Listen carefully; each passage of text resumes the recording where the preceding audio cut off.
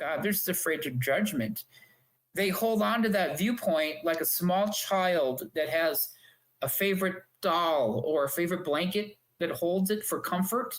They hold on, that atheist holds on to that view for comfort, because if they let it go, all of a sudden, wait a minute, now I have to be judged? No, they're going to hold on to it and probably die that way. A lot of them will, unfortunately, because they don't want to be judged. But we all will. Mm-hmm. What happens if we, let's say, are judged negatively? Do we go to hell? There is a negative place. I didn't see it when I was over there, okay, but I know it exists because I'll feel the malevolent feelings when they come close, or just evil per se when I get near it. It's the complete opposite of the good, basically. Yeah. Or the absence of light. It's like the yin yang, right? I was talking with a friend of mine today how everything in the universe is like, there's this duality. There's day and there's night. There's man and there's woman. I mean, everything's a spectrum. Well, if you think course. of the yin and yang symbol, the yin and yang symbol, there's the black part and the white part. Is there not? And it has to be in balance, and light and dark have to be in balance. So there's always going to be evil. Evil has to exist in order for good to exist. Yeah. You just have to, right now, you just have to choose which side you're going to follow.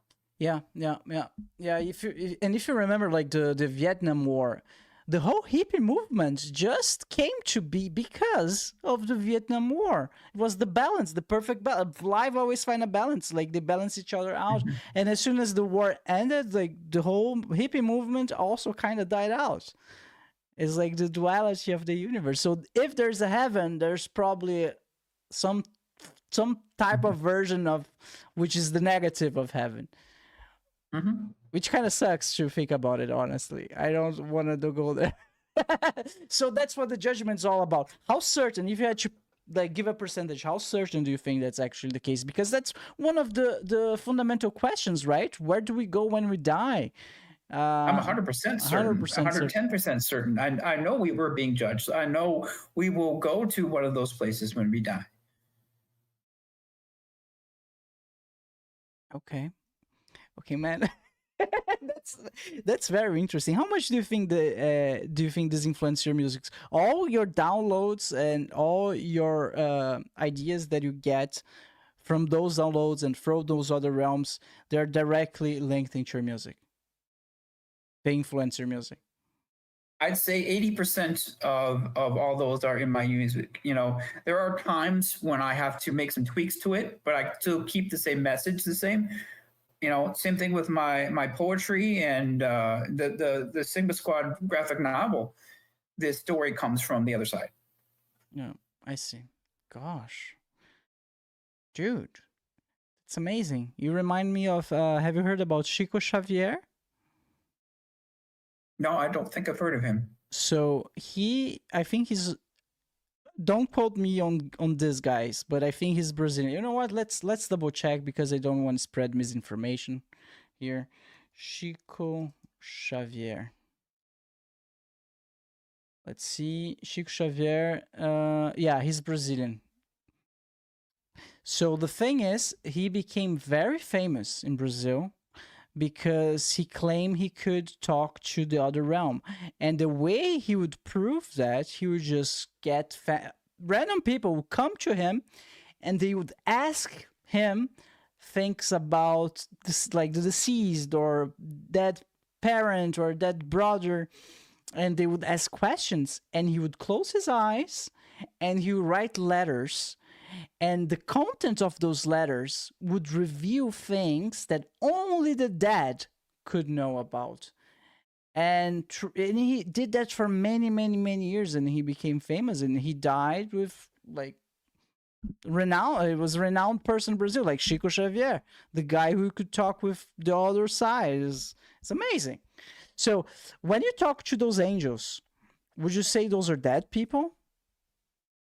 No. These did not used to be formerly people. No, these are above that. They're messengers. Yeah. I have seen dead people before, especially after I woke back up, I was seeing it. And those were different. The feeling from them was different. Yeah. Have you ever tried to talk with those beings while under the influence of any substance? No. No. Well, okay. Let's look at it from this point of view. You understand the basic concept of a board game, like Monopoly or something like that. You understand there's rules to the game, correct? Yeah. I mean, I'm sure we've all played with people that tried to cheat. Maybe at cards or at the so they bent the rules a little bit. There are a lot of people out there. Now, I don't know about this gentleman. Okay, what his connections are, what he's done in the world, but there are people out there, there are psychics out there that think that they're doing good, but they're not. The people or the entities they're talking to are from the other side and trying to break the rules. Okay, so they're making them think that they're connected to God, but they aren't. Okay, and it's up to your discernment to figure that out. You're going to have to play by the rules, and going to a psychic is in a way cheating the system or bending the rules, and they want you to do that. Okay, instead of going by that inner knowing that you need to go by, on the inside, read the Bible.